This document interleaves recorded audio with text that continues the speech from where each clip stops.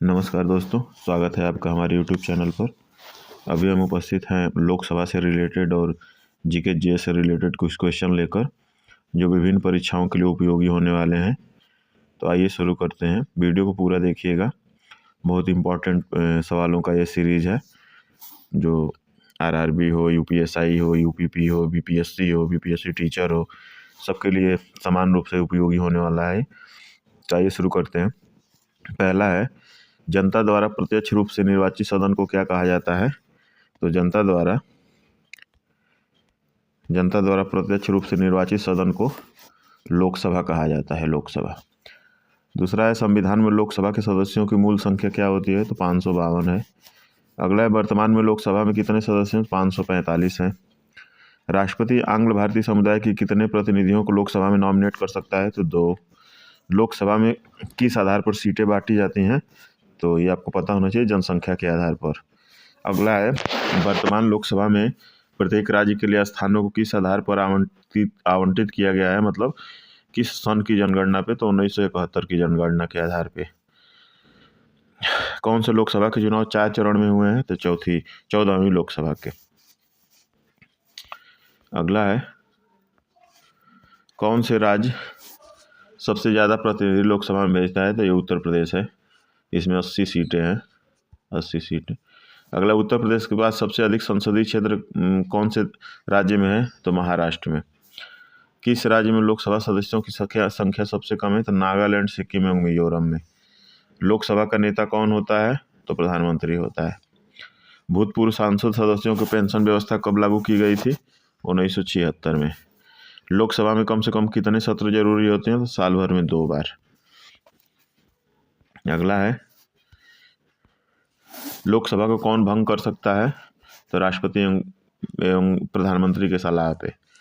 अगला है, वित्तीय बिल कहाँ पास किया जाता है? मोस्ट इम्पॉर्टेंट है ये लोकसभा में पेश किया जाता है। अविश्वास प्रस्ताव किस सदन में लाया जाता है? तो लोकसभा में। बजट किसके द्वारा पास किया जाता है? तो लोकसभा के द्वारा।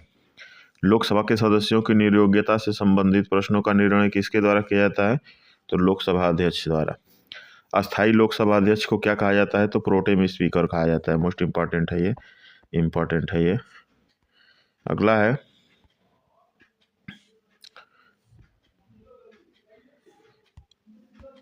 प्रोटेम स्पीकर की नियुक्ति किसके द्वारा की जाती है? तो राष्ट्रपति के द्वारा। कितने दिनों तक अनुपस्थित रहने पर लोकसभा के सदस्य की सेवा समाप्त हो जाती है? तो 2 महीने, 60 दिन, 60 डेज। किस विधेयक को केवल लोकसभा में ही पास किया जाता है? तो वित्त विधेयक को।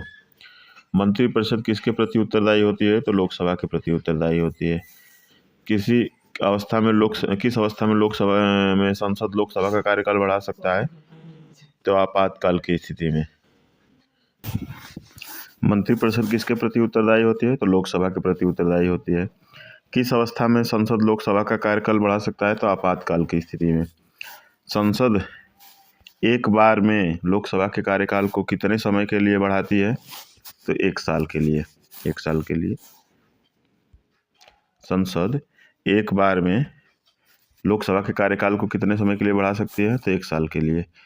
किस साल लोकसभा का कार्यकाल एक एक करके 2 बार बढ़ाया गया था? मोस्ट इम्पॉर्टेंट है ये 1976 में। राजनीतिक शब्दावली में शून्यकाल का अर्थ क्या होता है? तो प्रश्नोत्तर सत्र को शून्यकाल कहते हैं, शून्यकाल। अगला देखिए, हिंदी साहित्य से जुड़े हुए कुछ प्रश्न हैं जो यूपीएसआई के लिए बहुत इंपॉर्टेंट होने वाले हैं। तो पृथ्वीराज रासो को हिंदी का बृहद महाभारत किसने कहा था? तो दशरथ शर्मा जी ने। कबीरदास की अवधि का प्रथम कवि किसने माना? तो बाबूराम सक्सेना ने। कबीरदास को अवधि का प्रथम कवि किसने माना? तो बाबूराम सक्सेना। पृथ्वीराज रासो को हिंदी के बृहद ये क्वेश्चन रिपीट हो गया है। पृथ्वीराज रासो को हिंदी का बृहद महाभारत किसने कहा था? देखिए, हिंदी के कुछ प्रश्न है, हिंदी साहित्य से जुड़े हुए महत्वपूर्ण प्रश्न। देखिए, हिंदी साहित्य से जुड़े हुए कुछ महत्वपूर्ण प्रश्न हैं। तो पहला प्रश्न है हिंदी का, पृथ्वीराज रासो को हिंदी का बृहद महाभारत किसने कहा था? तो दशरथ शर्मा जी ने। कबीरदास को अवधि का प्रथम कवि किसने माना है? तो बाबूराम सक्सेना जी ने। अगला है, मिश्र बंधुओं ने हिंदी का सबसे उदंड कवि किसे कहा है? तो बेताल बंदी जन को। मिस्र बंधुओं ने किस रीति मुक्ति कवि को ओउल नंबर का रसिया कहा है, मैंने अव्वल नंबर का रसिया कहा है तो ठाकुर जी को। मिस्र बंधुओं ने अष्टछाप का नामा कवि किसे कहा है तो गरीबदास को।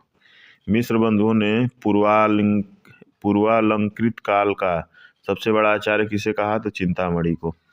मिस्र बंधुओं ने उत्तरालंकृत काल के सबसे बड़ा कवि किसे माना है तो भिखारी दास जी को। अगला है रीतिकाल का वह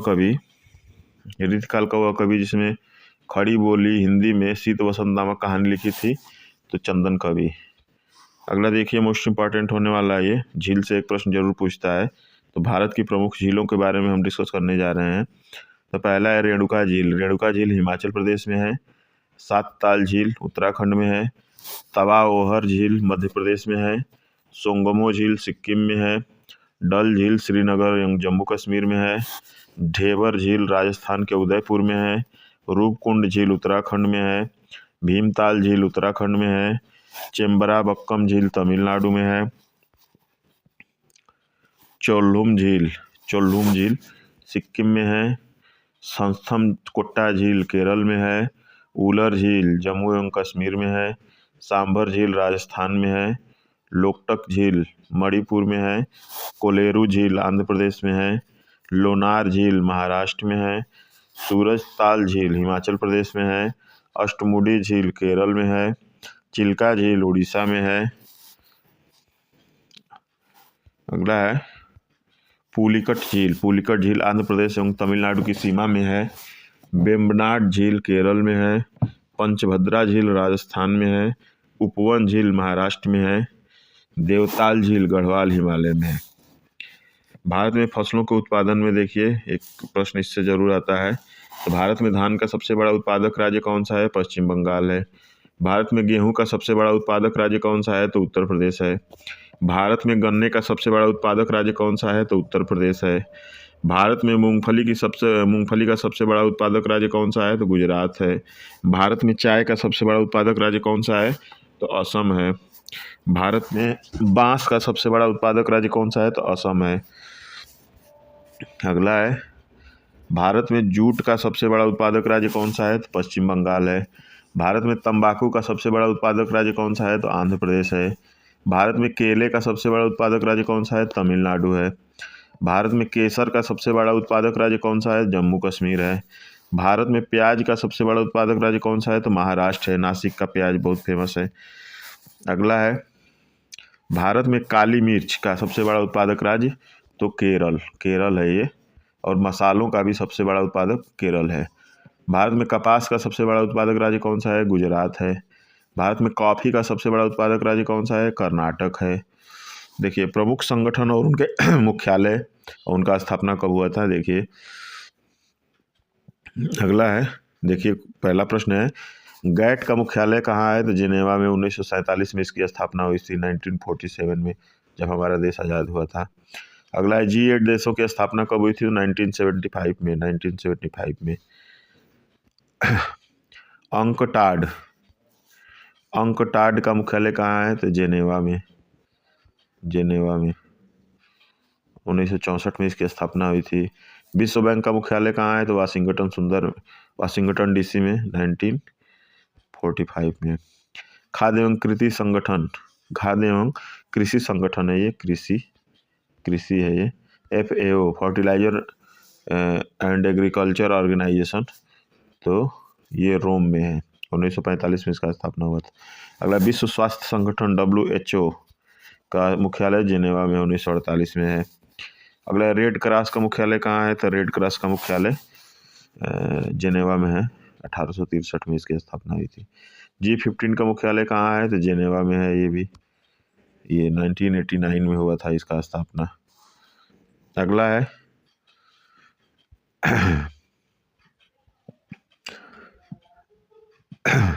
विश्व व्यापार संगठन WTO वर्ल्ड ट्रेड ऑर्गेनाइजेशन का स्थापना 1995 में हुआ था, जेनेवा में इसका मुख्यालय है।